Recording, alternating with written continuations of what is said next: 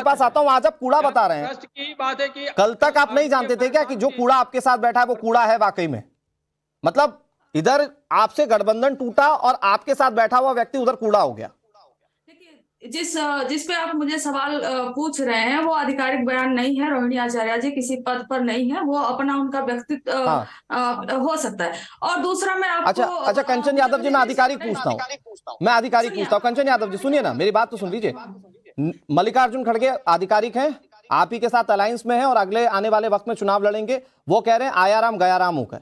कल तक तो इन नीतीश कुमार को आप बड़ा भाव दे रहे थे, आप इनको संयोजक बना रहे थे, आप कह रहे थे कि हमारे गठबंधन का सबसे बड़ा चेहरा नीतीश कुमार है। आज वो दूसरी तरफ चले गए तो आपके लिए आया राम गया राम हो गए। सुनिए, आप मुझे बोलने का समय दें, मैं आपको बताती हूँ। देखिए, जब नीतीश जी हमारे पास आए थे, आरजेडी के पास आए थे, तो उनका यही आरोप था बीजेपी के पे कि बीजेपी हमारी पार्टी को तोड़ रही है और चिराग पासवान को हमारे खिलाफ करके हमें 3rd नंबर की पार्टी बना दी। और उस पर फिर लालू जी ने और सबने विचार किया कि नहीं, अपने परिवार के हैं नीतीश जी, और आए और इनका स्वागत है।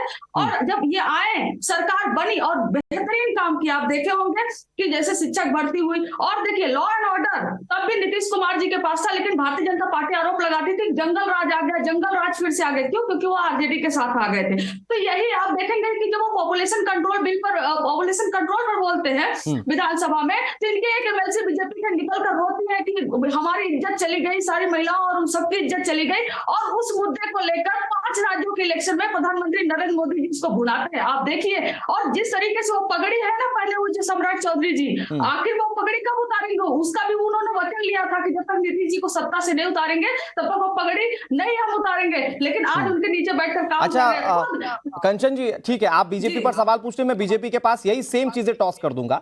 मुझे लेकिन बहुत अच्छे से याद है 2017 में गठबंधन जब महागठबंधन से टूटा था, तो यही बातें तो आपके तेजस्वी यादव भी कह रहे थे। तब तो कह रहे थे कि साहब कुछ भी हो जाएगा तो मैं नीतीश कुमार के साथ नहीं जाने वाला। फिर जैसे ही मौका मिला कि आप डिप्टी सीएम बन सकते हैं, वो उठकर चले गए।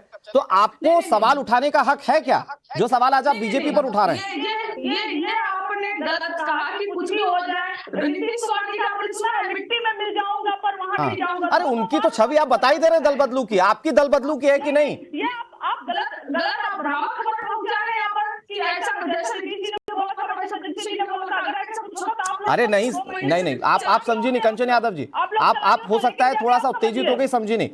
यही तेज प्रताप तेजस्वी यादव भी कह रहे थे ना कि नीतीश कुमार के साथ एनी हाउ हम नहीं जाएंगे, अब जो हो गया हो गया।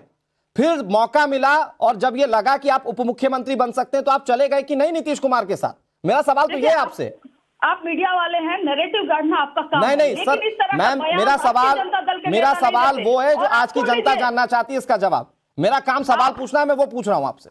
आप सुन लीजिए, इंडियन हिस्ट्री में पहली बार ऐसा होगा कि जो पॉलिटिक्स में कोई उप मुख्यमंत्री अपने मुख्यमंत्री का इतना इज्जत किया होगा जितना उसका बेटा खुद का इज्जत नहीं किया होगा। यही वजह है कि खुद नीतीश जी आज जितना भी उन्होंने बोला, आपने क्लिप चलाया, लेकिन एक बार भी उन्होंने तेजस्वी जी का नाम नहीं लिया, एक बार भी उन्होंने राष्ट्रीय जनता दल का नाम नहीं लिया। उन्होंने जितना भी बोला, खासकर उनके केसी त्यागी जी आकर जो बोलते हैं, वो इंडिया गठबंधन पे ये लोग वार करते हैं, लेकिन इनकी हिम्मत नहीं है कि आरजेडी या तेजस्वी जी को कुछ बोल दे, क्योंकि इनको मौका नहीं मिला है। हमने अपना 100% दिया है। लेकिन साथ छूटा तो तेजस्वी का भी छूटा ना, चाहे तेजस्वी कितना भी सम्मान करते रहे हो, साथ तो तेजस्वी का ही छूटा ना मैम।